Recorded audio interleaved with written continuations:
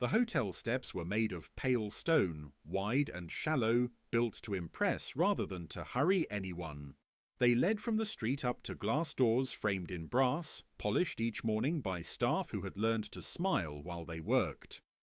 Guests dragged suitcases up those steps, paused to check their phones, complained about the heat, the price, the noise. The steps belonged to the hotel, until the Peacock arrived. It happened early in the season, before the heat became unbearable, when the city still believed the summer might be gentle. A delivery truck had stopped briefly at the curb, blocking half the street. The driver jumped out, swore at the traffic, unloaded crates of bottled water, and drove away. No one noticed the bird at first. He stepped out from behind a parked car as if he had always been there. The peacock was full-grown, heavy, his body a deep, saturated blue that looked almost unreal against the beige stone.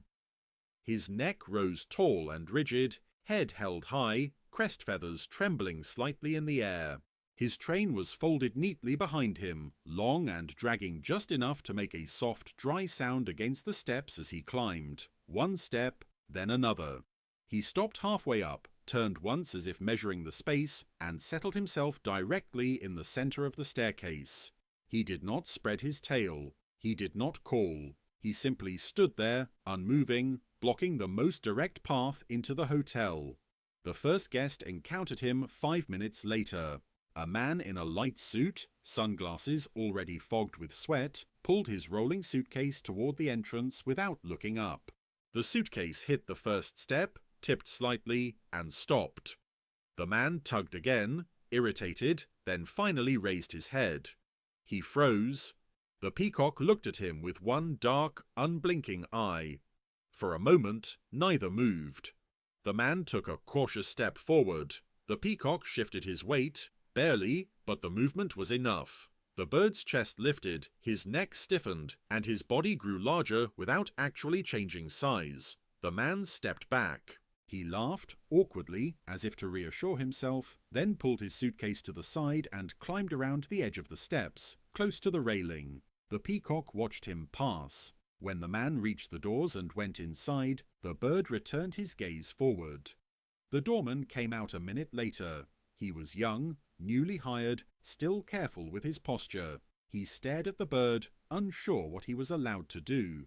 "Hey," he said softly, as if speaking loudly might break some rule. "You can't stay here." The peacock did not react. The doorman stepped closer, extending one hand cautiously. The peacock turned his head slowly, deliberately, and fixed both eyes on him. His feathers lifted slightly along the back of his neck. The doorman stopped. He took a step back instead, cleared his throat, and went back inside to call the front desk. By noon, everyone knew. Guests came down to look. Phones appeared. Photos were taken from a distance.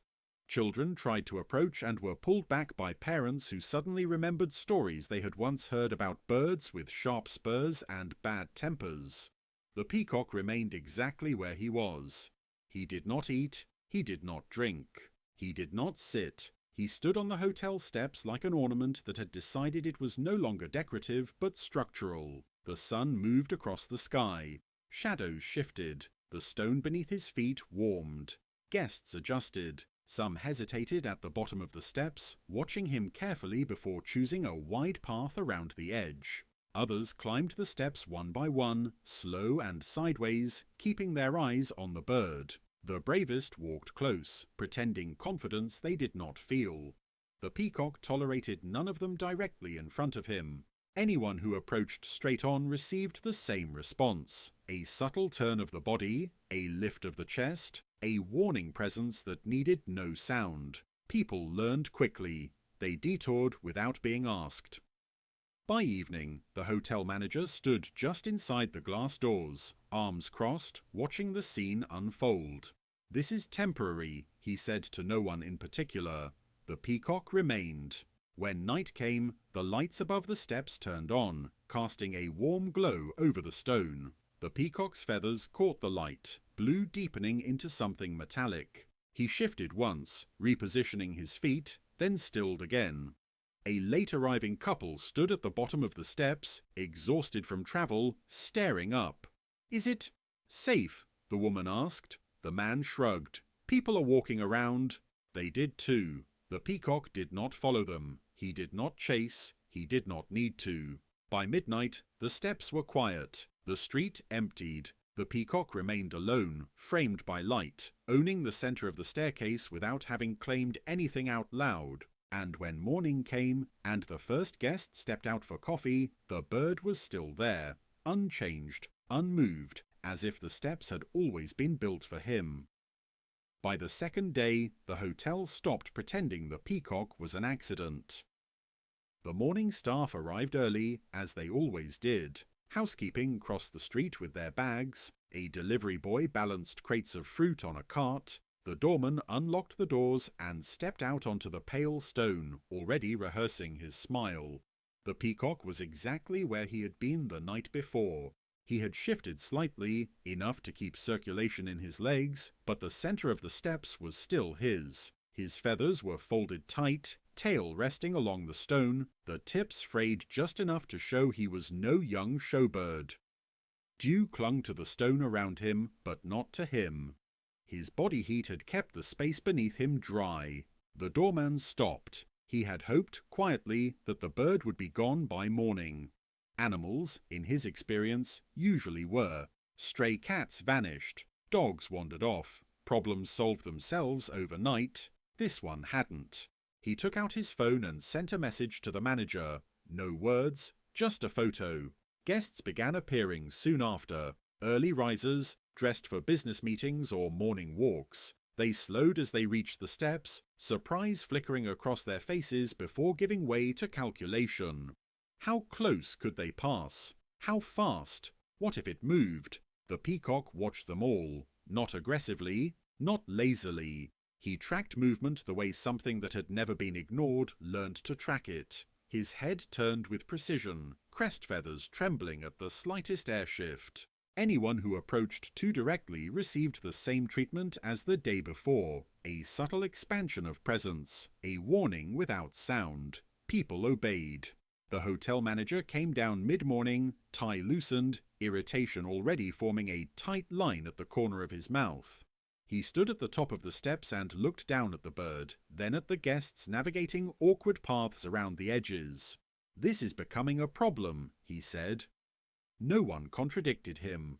The problem was obvious. The solution was not. They tried small things first. A maintenance worker approached slowly, carrying a broom. He tapped the stone gently a few steps away, making soft rhythmic sounds meant to startle without threatening. The peacock turned his head. Nothing else. The worker stepped closer. The peacock lifted his chest and took one deliberate step forward. The worker stepped back. They tried water next. Not sprayed directly, just poured gently along the step to make the surface less comfortable. The peacock adjusted his footing, choosing a dry patch with unhurried accuracy, and remained. They tried waiting. By afternoon, the hotel staff had developed a system without officially agreeing to one. Guests were guided to the sides. Luggage was carried around the bird in wide arcs. Children were gently redirected. The peacock became part of the entrance in the way fountains and potted trees were part of it, something to be worked around, not challenged. What unsettled people most was not the inconvenience. It was the certainty. The bird did not behave like something that might leave. There was no restless pacing, no searching glance. He had chosen the steps and was finished choosing. A concierge, older and more observant than most, noticed something else. The peacock never faced the street for long. His body angled slightly toward the doors, as if the interior mattered more than the traffic outside, as if the steps were not an obstacle, but a threshold. By the third evening, guests began to expect him. They mentioned him at check-in. They asked about him at breakfast. Some posed carefully for photos at a respectful distance. Others complained, though without real anger, because complaining implied the hotel should fix something, and no one quite believed that this could be fixed easily. Security was discussed. So were animal control and local authorities. Calls were made, messages were left. No one arrived quickly. The peacock remained. At night, when the lights came on, his feathers took on depth. Blues darkened into something almost black. Greens flashed briefly when he shifted. His shadow stretched long across the steps, splitting around the handrails. Late that night, when most guests were asleep, he finally moved. Not away. He climbed one step higher. Just one. The next morning, the new position changed everything. Now he was closer to the doors. The space narrowed. Guests had less room to pass. The detours became more exaggerated. The symbolism, though no one used that word, grew heavier. The hotel manager watched from inside, jaw tight. "He's pushing," he said. No one argued, though no one could explain how an animal could push without force. By the end of the second day, it was no longer accurate to say the peacock blocked the steps. It was more accurate to say the steps belonged to him, and everyone else had been granted permission to borrow the edges. And the peacock, unbothered by opinions, stood exactly where he believed he should be.